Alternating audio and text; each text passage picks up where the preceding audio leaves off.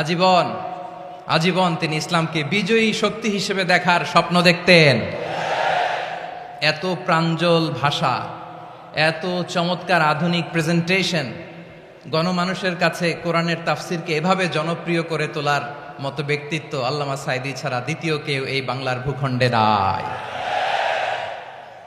এই যে তাফসিরুল কোরআন, এই যে টার্মিনোলজি, এই টার্মটাই উনি আসলে জনপ্রিয় করেছেন। আমরা আগে জানতাম না যে এভাবে তাফসির করা যায়, এভাবে scientific indications of the Holi কোরআনকে মানুষের কাছে পেশ করা যায়, এভাবে এত জীবন ঘনিষ্ঠ করে, এত ইন্টারেক্টিভ করে কোরআনের কথাগুলো মানুষের কাছে উপস্থাপন করা যায়।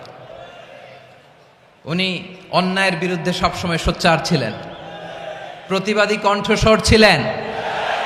ওনার আলোচনা শুনলে দেহের রক্ত টকবক করে ফুটতে থাকতো। আল্লাহু আকবার, আল্লাহু আকবার, আল্লাহু আকবার। He was a strong mouthpiece of Islamic revivalism. Islamic জাগরণের স্ট্রং মাউথপিস ছিলেন আল্লামা সাঈদী রাহিমাহুল্লাহ। অনেক দোয়া পেয়েছেন। আমরা পড়েছি, এমন জীবন তুমি করিবে গঠন, মরণে হাসিবে তুমি, কাঁদিবে ভুবন। গোটা বিশ্বকে তিনি কাঁদিয়েছেন। আল্লামা যখন ইন্তেকাল করলেন, আমি তখন মালয়েশিয়া থেকে যুক্তরাষ্ট্রে একটা কনফারেন্সে যোগ দিতে যাচ্ছি, কাতার এয়ারলাইন্সে। মালয়েশিয়া থেকে দোহাতে নামলাম। দোহায় যখন আমার ট্রানজিট, তখন শুনতে পেলাম যে আল্লামা বিদায় নিয়েছেন। সোশ্যাল মিডিয়ায় শুনে বিশ্বাস করতে পারলাম না। মুহূর্তের মধ্যেই মাসুদ সাঈদী ভাইকে মেসেজ করলাম, উনি কোনো উত্তর দিতে পারলেন না। মাসুদ ভাইয়ের সাথে যখন কোলাকুলি করি, আমাদের শামীম ভাইয়ের সাথে যখন কোলাকুলি করি, মনে হচ্ছে আল্লামা সাঈদীর ঘ্রাণ পাই।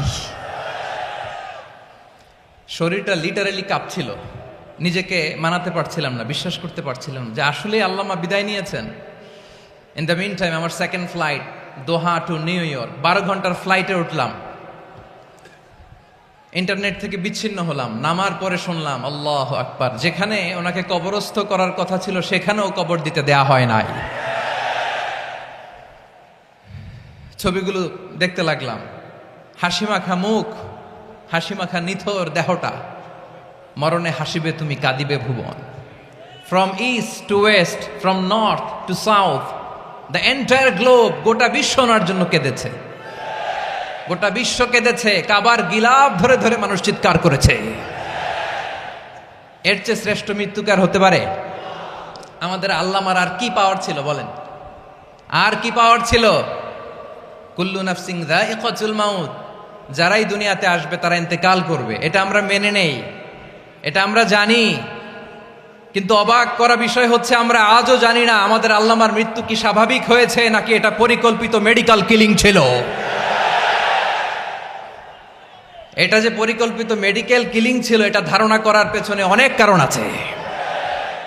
তিনি আধিপত্যবাদের বিরুদ্ধে সোচ্চার ছিলেন, ফ্যাসিবাদের বিরুদ্ধে সোচ্চার ছিলেন, রাজনৈতিক প্রতিহিংসার শিকার ছিলেন। এজন্য এটা মেডিকেল কিলিং হতে পারে এ ধারণা আমরা করতেই পারি। আওয়াজ করে বলেন ঠিক কিনা? যেই সময়টা আমরা কাটাচ্ছি, এত সুন্দর সময় বাংলাদেশ আর পাবে না।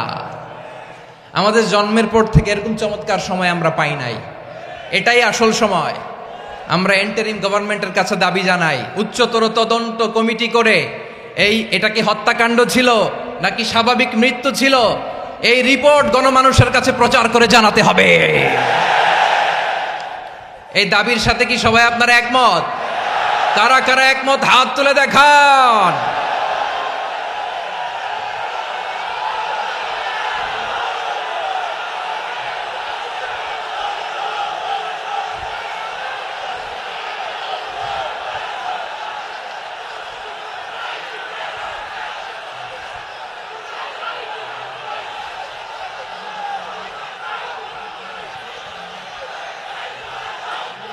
আমার প্রিয় ভাইয়েরা, প্রিয় চট্টলাবাসী, আল্লাহ তাআলা তার এই মুখলেস গোলামকে তার জান্নাতুল ফেরদাউসের মেহমান হিসেবে কবুল করুক, তার জীবনের সকল খেদমাগুলোকে কবুল করুক, জান্নাতুল ফেরদাউসের আলা মাকামে তাকে মেহমান হিসেবে কবুল করুক। আল্লামা শহীদ দেলোয়ার হোসেন সাঈদী রাহিমাহুল্লাহ, উনি ছাড়াও এই ঐতিহাসিক ময়দানে কথা বলেছেন আল্লামা লুৎফুর রহমান রাহিমাহুল্লাহ, চলে গিয়েছেন আমাদেরকে ছেড়ে। তিনি বলতেন, ইনশাল্লাহ মিজান আবার আসবে। হুজুর আমি তো আসলাম, আপনি তো আমাদেরকে ছেড়ে চলে গেলেন। আল্লাহু আকবার, আল্লাহু আকবার, আল্লাহু আকবার। গলায় কোনো সুর ছিল না, সুর দিয়ে কথা বলতেন না, কিন্তু এত চমৎকার শব্দের বুনন, এত চমৎকার প্রেজেন্টেশন, এত চমৎকার ভাবে ঐতিহাসিক বর্ণনাগুলো তিনি উপস্থাপন করতেন। মন্ত্রমুগ্ধ হয়ে আমরা আল্লামা লুৎফুর রহমানের কথা শুনেছি। আমরা হযরতুল আল্লাম লুৎফুর রহমান রাহিমাহুল্লাহর জন্য এই বিশাল ময়দান থেকে দোয়া করছি, আল্লাহ তাআলা তুমি তোমার এই খাদেমকে জান্নাতের মেহমান হিসেবে কবুল করে নাও। আরো অনেক আল্লামারা এখানে কথা বলেছে।